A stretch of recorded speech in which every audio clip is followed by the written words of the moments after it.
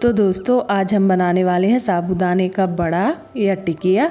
बहुत ही कम तेल में बिना साबूदाने को भिगोए, बिना उबले हुए आलू का इस्तेमाल किए, बहुत ही कम तेल में, बहुत ही डिफरेंट तरीके से, बहुत ही क्रिस्पी और क्रंची साबूदाने की टिकिया यहाँ पर हम आज बनाने वाले हैं।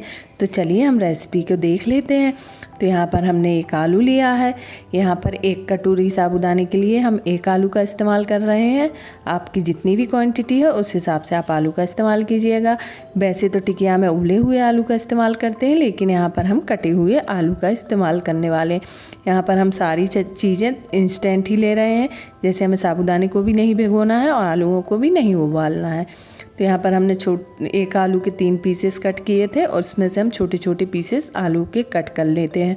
ज़्यादा बड़े आलू नहीं रखेंगे, नहीं तो वो कच्चे रह जाएंगे। तो यहाँ पर हमने छोटे छोटे पीसेस में इनको यहाँ पर कट कर लिया है।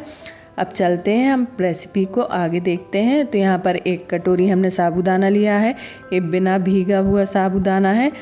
इसको हमने बिल्कुल भी पानी में नहीं डाला, इसको हम डायरेक्ट ही मिक्सर जार में डालकर पीस लेंगे। यहाँ पर हमने एक साथ डाला था, लेकिन आप आधा आधा करके डालिएगा, क्योंकि वो 2 बार में साबूदाना हमारा पिसा था। अगर बड़ा जार है तो उसमें एक बार में ही आपका साबूदाना पिस जाएगा। यहाँ पर हमें दरदरा पीसना है। तो यहाँ पर 4 से 5 हरी मिर्ची और एक अदरक का टुकड़ा हमने डाला है। और यहाँ पर हम स्वाद के अनुसार दही डाल रहे हैं, जिससे खट्टापन आ जाए हमारी टिकिया में। तो इन सारी चीज़ों को हम पीस लेते हैं। देखिए दरदरा सा हमने इसका पेस्ट बनाया है, बिल्कुल भी बारीक नहीं किया है, बस दरदरा ही आपको बनाना है, क्योंकि साबूदाने की टिक्कियाँ क्रिस्पी दरदरे ही पाउडर से बनेंगी। तो आपको दरदरा ही साबूदाने का पाउडर पीसना है, तभी आपकी टिकिया क्रंची बनेगी। तो इसको हम एक बर्तन में निकाल लेते हैं। बाकी का साबूदाना भी हम पीस कर इसी में ट्रांसफ़र कर लेते हैं। अदरक और हरी मिर्च डालने से अच्छा चटपटा सा इसमें फ्लेवर आ जाएगा। तो इसको एक हमने कटोरे में बाउल में ट्रांसफ़र कर लिया है। अब इसके बाद यहाँ पर हम आधा कप पानी डालेंगे। इसमें ज़्यादा पानी नहीं डालना है, हमने सिर्फ आधा कप पानी का इस्तेमाल यहाँ पर किया है, हल्का सा इसको मॉइस्चर देने के लिए, जिससे साबूदाना हमारा हल्का सा मॉइस्ट हो जाए। बस इसको अच्छे से हमने मिक्स कर लिया है। उसके बाद जो हमने आलू काट के रखा था, आलू इसमें ऐड कर दिया है। उसके बाद यहाँ पर हम कुछ मसाला जैसे कि जीरा और नमक भी ऐड कर देंगे। ठीक है, तो यहाँ पर 1 चम्मच जीरा और नमक, आप चाहें तो यहाँ पर जो भी आप व्रत में खाते हैं वो भी यहाँ पर डाल सकते हैं। आलू की जगह भी अगर आप कोई सब्ज़ी इस्तेमाल करना चाहते हैं व्रत में खाने वाली, तो वो भी आप कर सकते हैं।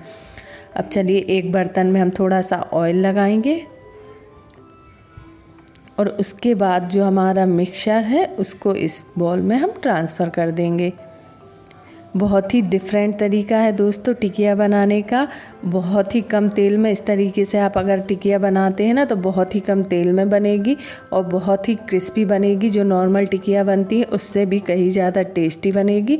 अंदर से बिल्कुल भी लिसी नहीं होगी, बहुत ही क्रिस्पी क्रंची ये बनकर रेडी होगी। अब यहाँ पर हम इसके ऊपर मूंगफलियाँ डाल देंगे। तो यहाँ पर हमने कच्ची मूंगफली ली है, डायरेक्ट ही ऐसे ही हम इनके ऊपर मूंगफली डाल देंगे। आप जितनी भी डालना चाहें उतनी इस पर मूंगफली ऐड कर सकते हैं। अब हल्का सा चम्मच से प्रेस कर देंगे, जिससे मूंगफली बाहर की साइड ना रहे, अंदर को चली जाए।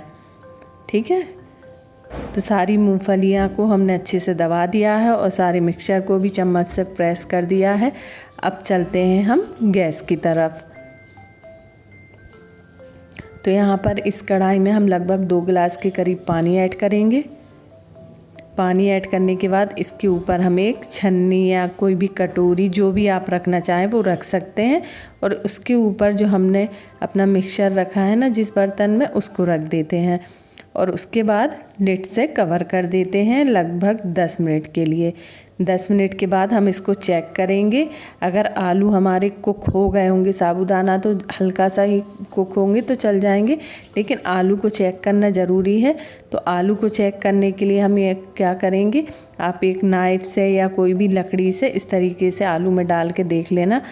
हमारे आलू के अंदर लकड़ी अच्छे से चली गई तो मतलब हमारा जो टिकियों वाला मिक्सचर है वो रेडी हो चुका है। तो इसको हम निकाल लेते हैं। साबूदाना भी कुक हो चुके हैं। जब आलू कुक हो गए तो साबूदाना और मूंगफली भी कुक हो गए।